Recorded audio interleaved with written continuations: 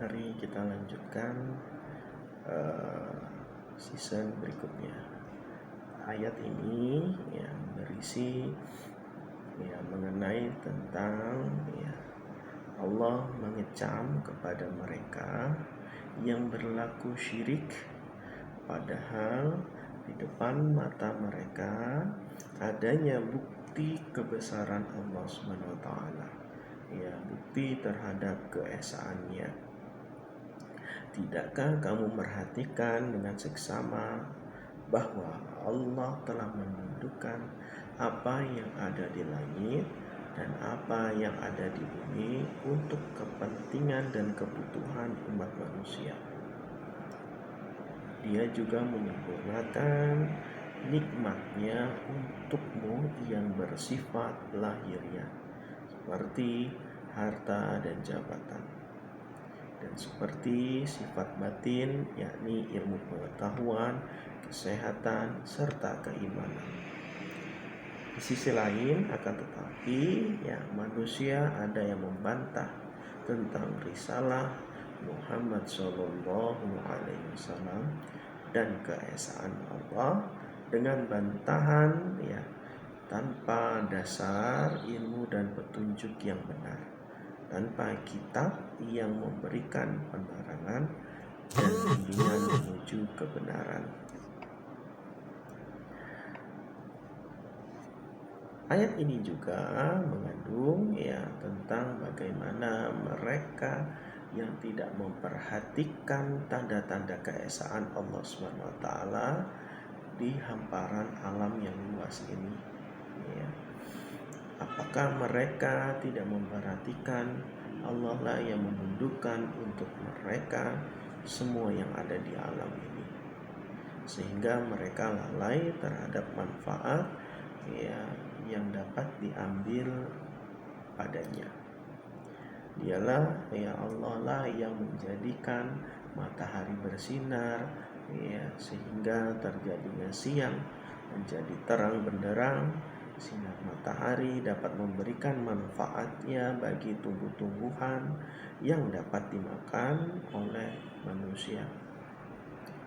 Allah juga menjadikan bulan dan bintang sebagai perbendaharaan yang bercahaya, yang dapat menerangi kegelapan malam, yang dapat memberikan penerangan bagi kapal yang mengarungi samudra. Allah juga menurunkan hujan yang membasahi bumi, yang dapat menumbuhkan tumbuh-tumbuhan, dan airnya pun dapat dimanfaatkan untuk kehidupan manusia dan kehidupan makhluk lainnya. Dan sebagian itu Allah telah menyimpan kandungan air di dalam tanah pada musim kemarau sebagai cadangan untuk makhluk hidup yang ada di bumi. Allah lah yang menjadikan aneka ragam adanya tambang emas, gas alam dan sebagainya, yang semua itu di dalam perut bumi itu dapat dimanfaatkan oleh manusia. Tidakkah ada yang dapat menghitung nikmat Allah yang telah dilimpahkan kepada manusia? Artinya di sini Allah telah memberikan hamparan yang luas bagi manusia sebagai tanda kebesaran Allah Subhanahu wa taala, Sang Rabbul Alamin, Tuhan semesta alam. Kita di sini sebagai manusia yang diciptakan oleh Allah memiliki akal pikiran, yang memiliki dimensi berpikir, dimensi logika untuk bertadabur, untuk menyemai pengetahuan yang ada di alam semesta sebagai bentuk kebesaran Allah Subhanahu wa taala. Berikutnya dari Ibnu Abbas radhiyallahu an dalam riwayat Al-Baihaqi, saya bertanya kepada Nabi Allah Muhammad SAW, "Hai Rasulullah, apa makna lahiriah? Apa makna nikmat secara lahiriah?" Rasulullah menjawab, yakni budi pekerti seseorang, dan nikmat batiniah adalah yang diberi keyakinan dalam agama Islam. Perlu kita ketahui ya kawan-kawan semua, bahwasanya di sini ada dua orang berpendapat saat lahiriah adalah kesehatan dan budi pekerti yang luhur. Al-batiniyah adalah pengetahuan dan akal pikiran manusia. Inilah yang saya sampaikan. Kita sebagai manusia ya yang telah diberi karunia oleh Allah SWT dapat berpikir, ya karena berpikir itulah kita dapat tidak merusak kerusakan lingkungan ya. Di sisi lain ada pula yang mengartikan ad-dahiriyah dengan semua nikmat Allah yang tampak, seperti kekayaan, seperti kemegahan, kecantikan, dan ketaatan. Sedangkan al-batiniyah ya ilmu pengetahuan tentang Allah, keyakinan tentang Allah, keyakinan tentang yang baik, pengetahuan tentang hakikat hidup yang sebenarnya. Sekalipun terdapat perbedaan ya ad-dahiriyah dan batiniyah, namun di sisi lain dapat disimpulkan bahwasanya keduanya merupakan nikmat-nikmat yang Allah berikan untuk manusia.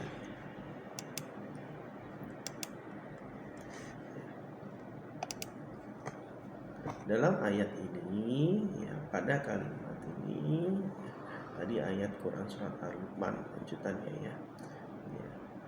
Tidakkah kau cermati bahwa Allah SWT telah menjadikan sumber daya alam dan lingkungan sebagai daya dukung bagi lingkungan untuk kehidupan manusia secara optimal.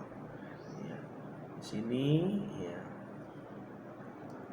agar optimal daya dukung lingkungan ya dapat dilestarikan ya oleh manusia, terdapat dalam Quran surat Al-Jasiyah ayat 13 yang memiliki arti, dan dialah yang menundukkan untukmu apa yang ada di langit dan apa yang ada di bumi, semuanya sebagai rahmat daripadanya. Sesungguhnya yang pada demikian itu benar-benar sebagai suatu tanda-tanda kekuasaan Allah bagi orang-orang kaum yang berfikir. Ayat ini ya kawan-kawan semua, pokok pikiran ayat ini terdapat pada kalimat yang demikian hanya ditangkap oleh orang-orang yang memiliki daya nalar memadai. Artinya dalam perspektif ekologi secara Islam ya, yakni orang-orang yang memiliki nalar ya, yakni orang-orang yang memiliki kesadaran, kearifan terhadap lingkungan, yang memiliki kepedulian lingkungan yang cukup tinggi ya. Perlu kawan-kawan ketahui ya, secara pendekatan sufisme ya, sesungguhnya tumbuh-tumbuhan yang ada di alam semesta ini zikrullah ya, zikir kepada Allah ya. Di sini mereka memuji ya secara tahmid, tasbih ya terhadap kebesaran Allah Subhanahu wa taala. Makanya kawan-kawan jangan sekali-sekalinya untuk merusak ataupun memiliki pikiran yang memutil ya ataupun mencabut tumbuh-tumbuhan dari tanah yang notabene memiliki fungsi bagi kehidupan manusia. Berdasarkan ya pendalaman dan pengembangan makna fungsional ekologis dari dua ayat Al-Quran yang tadi telah Bapak jelaskan ya, maka ya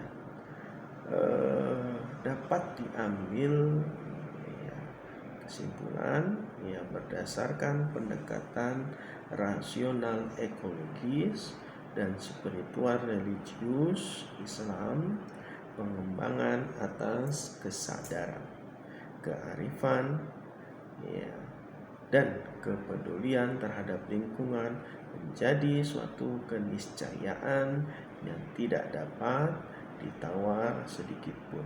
Ya, artinya di sini bahwasanya secara pendekatan spiritual kita seperti apa yang dikatakan Ibnu Qayyim, ya, ketika kita menjaga lingkungan sama saja kita menjaga seperti menjaga jiwa kita. Artinya sebegitu pentingnya lingkungan terhadap bagi kehidupan umat manusia. Ya, secara rasional ekologis, pelestarian lingkungan yang merupakan suatu keniscayaan. Ya, ekologis, the objective of environment. Ya, hal ini menandakan manusia sebagai makhluk lingkungan. Ya, manusia bagian dari lingkungan. Ya, ada keterkaitan antara manusia dengan lingkungan, ya, seperti simbiosis, ya, yang saling membutuhkan. Ya, manusia, ya, sebagai subjek, ya, lingkungan pun membutuhkan manusia, ya, untuk melakukan reaktualisasi kembali, ya, baik itu dari tumbuh-tumbuhan, baik dari melestarikan lingkungan, baik dari menjaga lingkungan dan lain sebagainya. Artinya, ya, lingkungan di situ memiliki arti penting sebagai, ya, tempat melangsungkan kehidupan bagi manusia. Ya, bahkan secara faktual, ya, bahwasanya manusia tidak dapat hidup di luar lingkungan. Ya, kita tidak bisa hidup di luar bumi tanpa menggunakan bantuan oksigen ataupun alat-alat astronomi seperti ya. Jadi nonsen manusia tidak bisa hidup, ya, di luar lingkungan, ya, karena manusia membutuhkan makanan itu diambil dari lingkungan alam semesta. Karenanya, ya, lingkungan dan alam semesta memiliki arti penting yang mana menyediakan, ya, fasilitas kehidupan berupa daya dukung bagi manusia secara optimal. Di sisi lain, ya, kawan-kawan harus dipahami bahwasanya, ya, manusia dan lingkungan, ya, memiliki simbiosis mutualisme, ya, di sisi lain.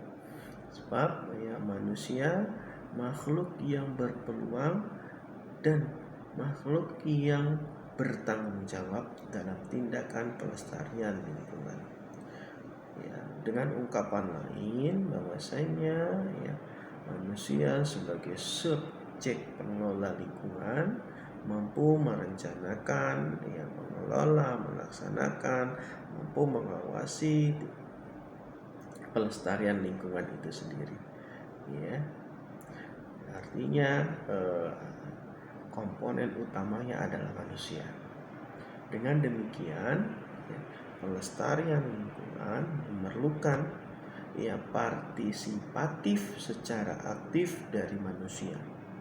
Inilah keterkaitan atau relevansi, ya, yang dinyatakan manusia dengan lingkungan memiliki hubungan, ya, simbiosis cukup kuat.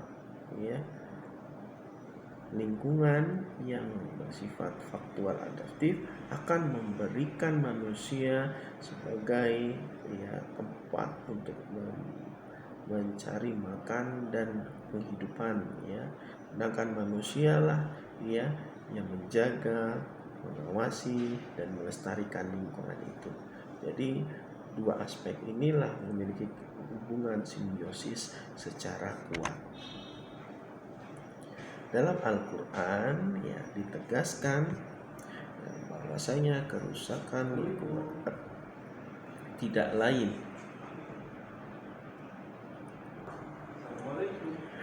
ya, merupakan akibat dari keserakahan manusia.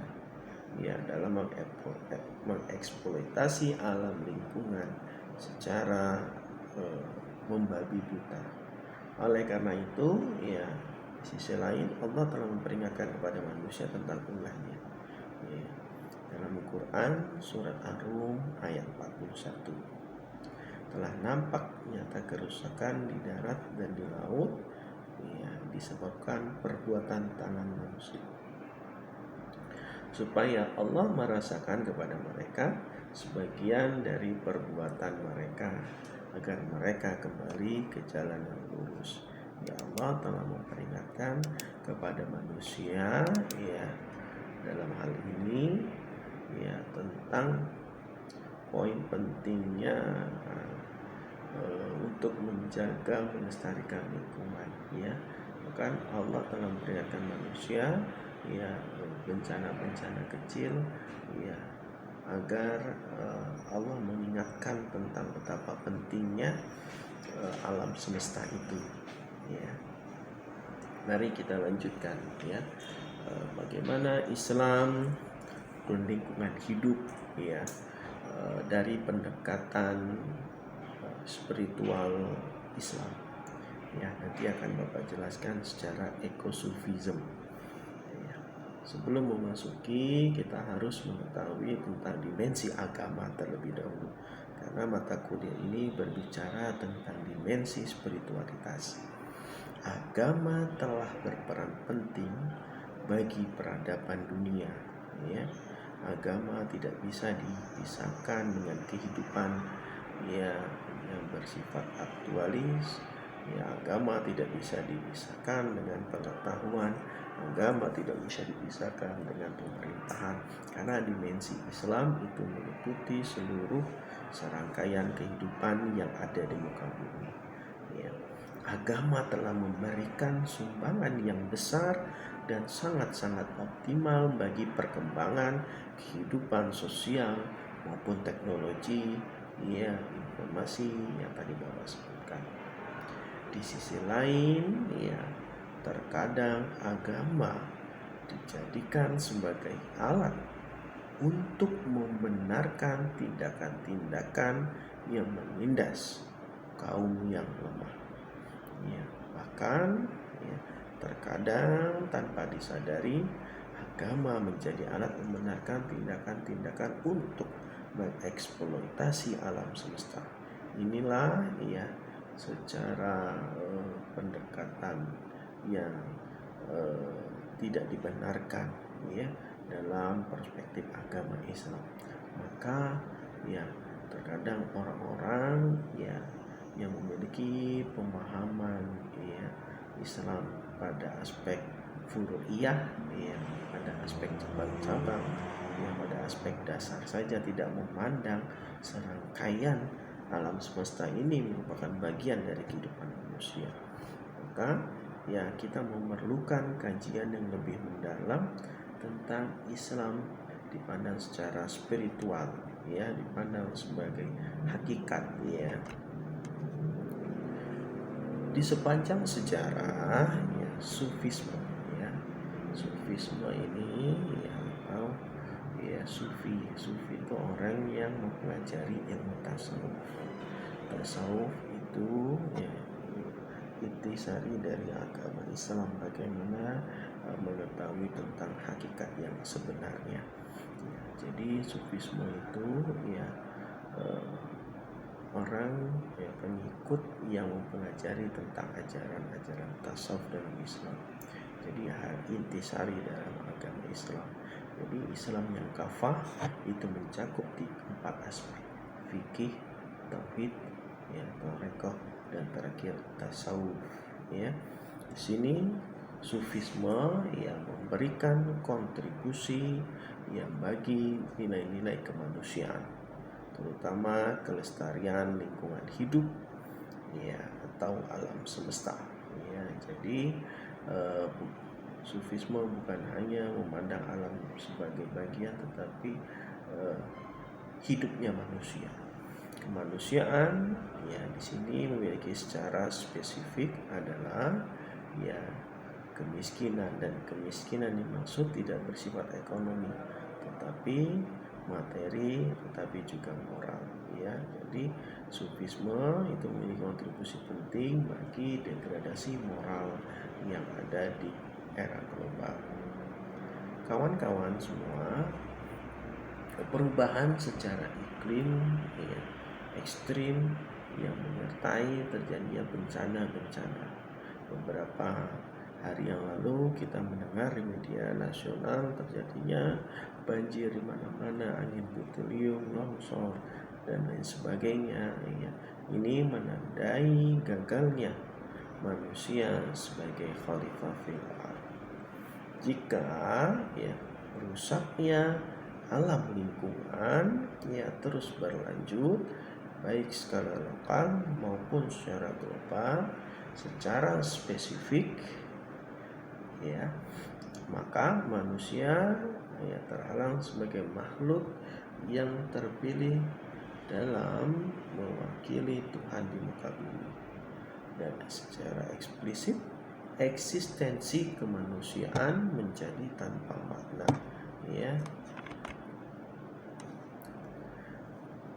Kita lanjutkan ya. Dalam pembahasan ini, Islam dan lingkungan hidup dalam pendekatan spiritualistik holistik ya, yang mana menggunakan kapasitas tasawuf dalam masalah-masalah lingkungan ya. Dalam hal ini ya, ekosufism ya, eko atau lingkungan, sufism tadi yang Bapak sebutkan, artinya dalam pendekatan masalah-masalah lingkungan, ilmu ini bukan menjadi ilmu yang latah terhadap intelektual ya, atau asing dan aneh ya, justru menjadi solusi bersama bagi ya terjadinya kerusakan lingkungan ya yang ada di alam semesta ini ya. Upaya ya, bahkan ya bagian integral dalam 3 dimensi hubungan manusia dengan Tuhan, hubungan manusia dengan sesamanya, hubungan manusia dengan lingkungan atau alam, kepedulian terhadap lingkungan dalam konteks tasawuf.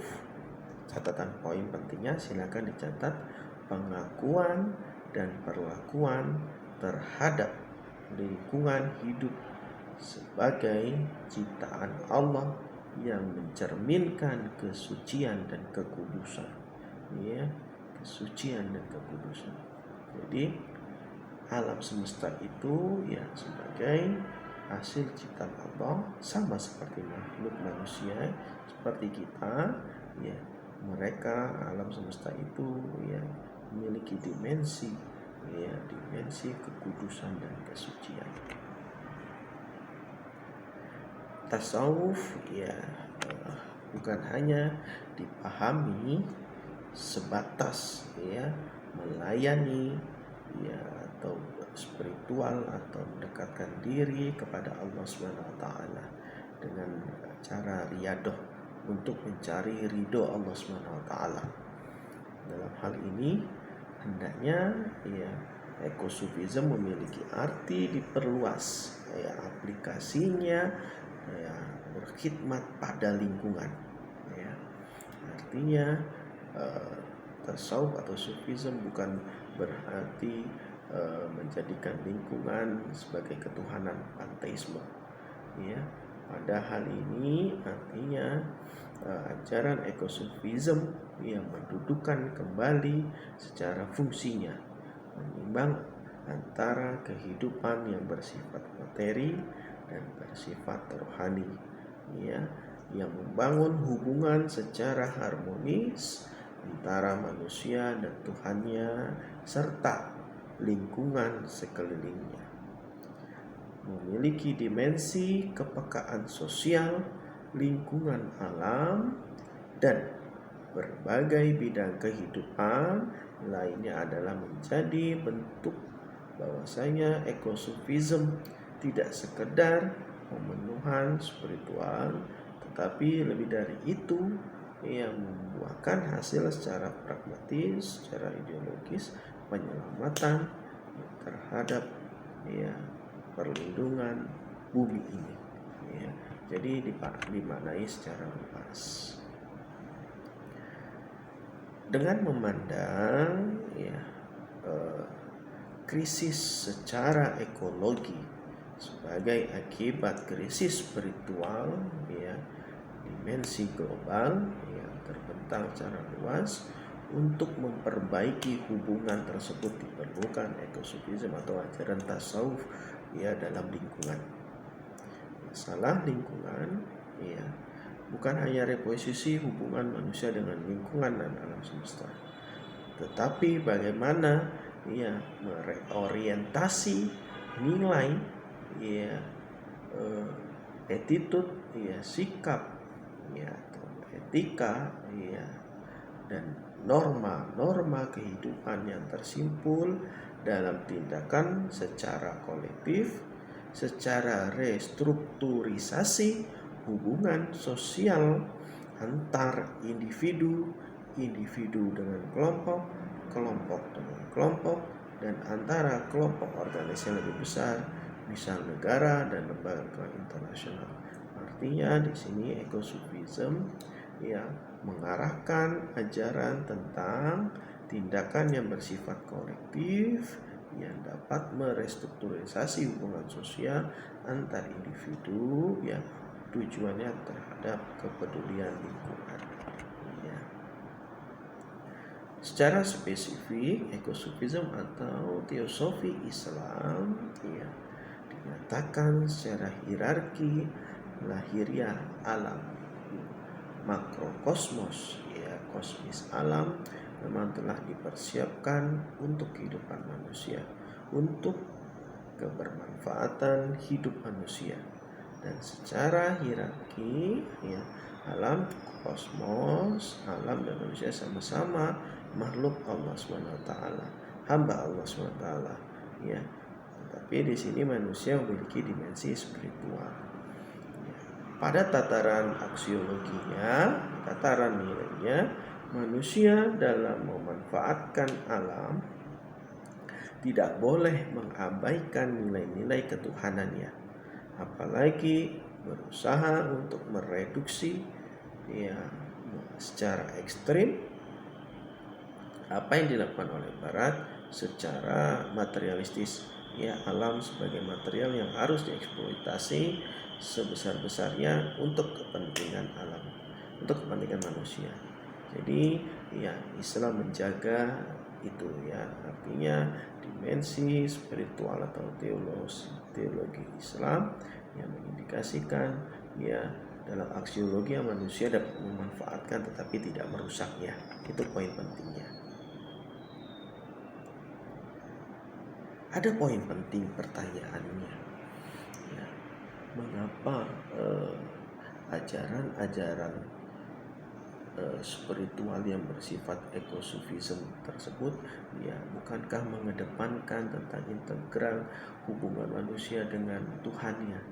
Mengapa bagaimana harus juga diintegrasikan dengan lingkungan?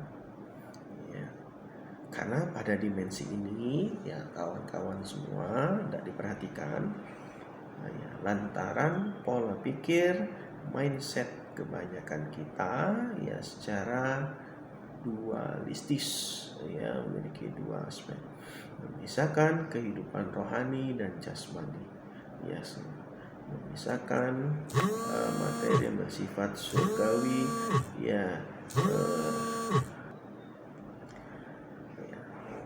yang memisahkan kehidupan materi dan rohani.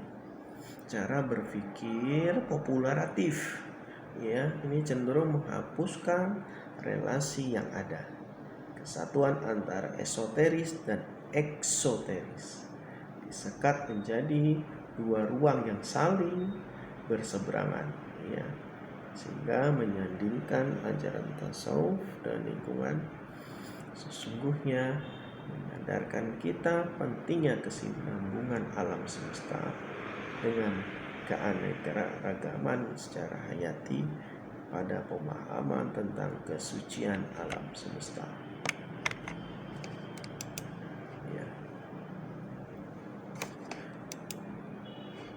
Mungkin